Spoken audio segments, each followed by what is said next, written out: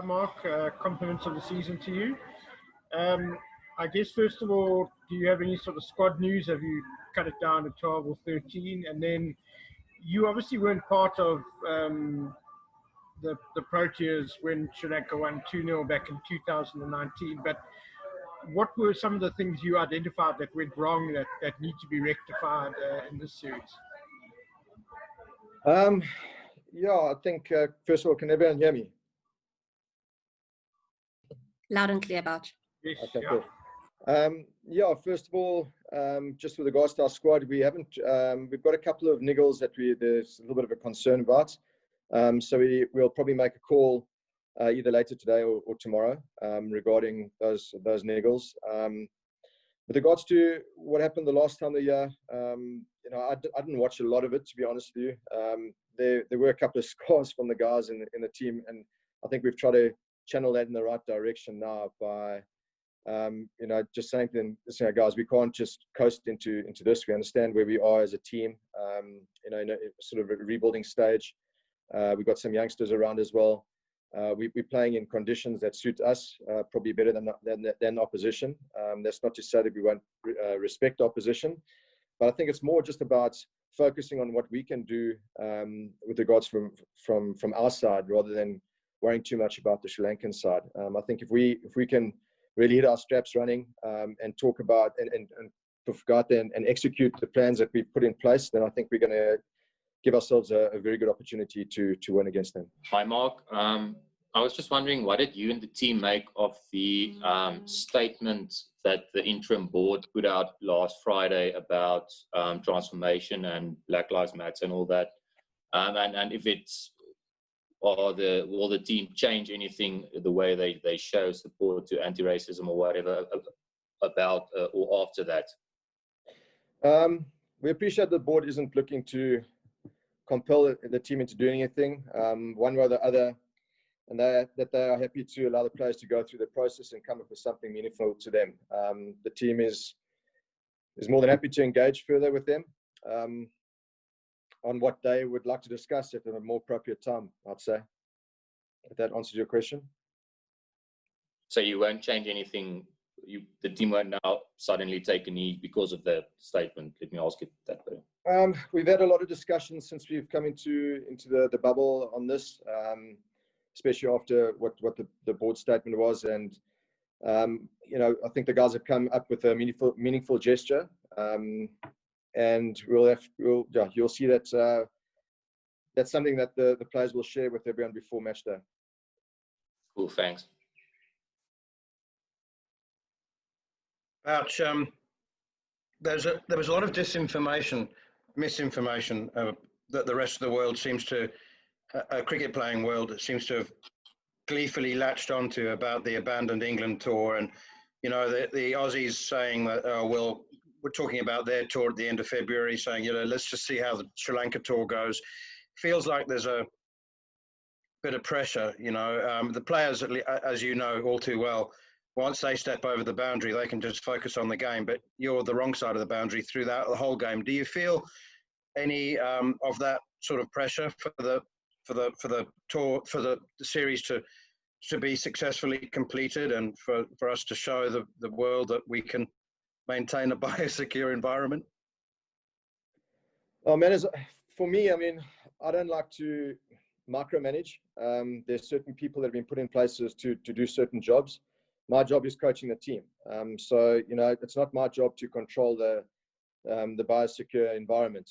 It's not my job to speak to England to see how they're feeling, or speak to Sri Lanka to see how they're feeling.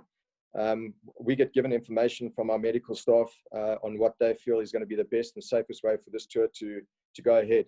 Do I want to play cricket? Absolutely. There's no cricket going on in South Africa at the moment, which is disturbing. And we want the best for the players, and we want to try to get these players onto the field. It's no use talking about the game of cricket. The best way to actually better yourself is to get out there and play. So from my side as a coach, I want the guys to play. So if we have to go through certain hoops and albeit very strict things to get us to play a game of cricket, then we have to do it. And I'll certainly drive that from a coaching perspective. With regards to the other stuff, that's not my job to worry about. I will abide by what I get told from above to do. And can you tell us a little bit about Irene Country Club and the actual environment? I mean, it sounds quite comfortable. It is very comfortable. It's a great place. You know, there's a nice big dam around here. Look, we haven't been able to practice as a unit. You know, the last 2 days has been the only time that we've been able to practice as a unit. We're learning as we go along. I think everyone's probably learning. We've been practicing groups of 5 or 6. You know, the place that we're staying at here is a nice dam around here. The guys have been doing a little bit of fishing. I always like to fish with the mate next to me, but we can't do that. So the guys have been fishing by themselves. We've actually got a golf simulator that's been set up for us here. So that's nice for the guys who like to play golf. It's quite irritating that the Centurion Lakes and Irene right next door to us, so we can't get onto. But these are sort of things that we've got to do in order to get some cricket. And like I said, as a coach, I will certainly drive that in order to get us onto the park, because ultimately these guys are cricketers. They get judged as cricketers in the performances on the park, and I think that we need to start realizing that. I know that there's a lot of other things going on at the moment, but these guys, they want to play cricket and they want to perform, and that's where they are at the moment. Thank you. Thanks, Mark. Aditya is up next. Who would like to take the last 2 questions after him? Hi, Mark. What are your aspirations for this team? What are you expecting? What sort of attributes are you expecting from the youngsters?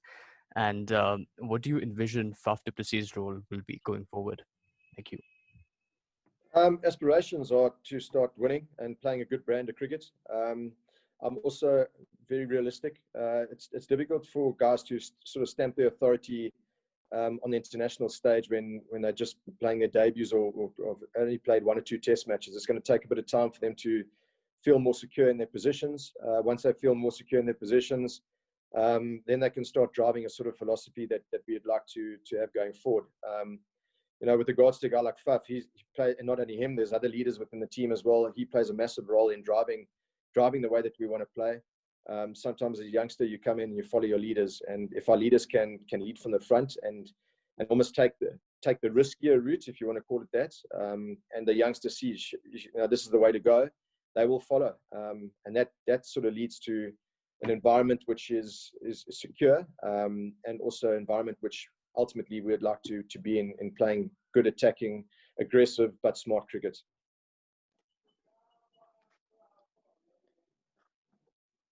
Nasri and then Colin. Hi, Mark. Quentin de Kock confirmed earlier in the week that he will be standing keeper in the series. Can you just let us in on what position he will bat in the order? Where did he bat the last test? I think he batted at 6. 5. Yeah.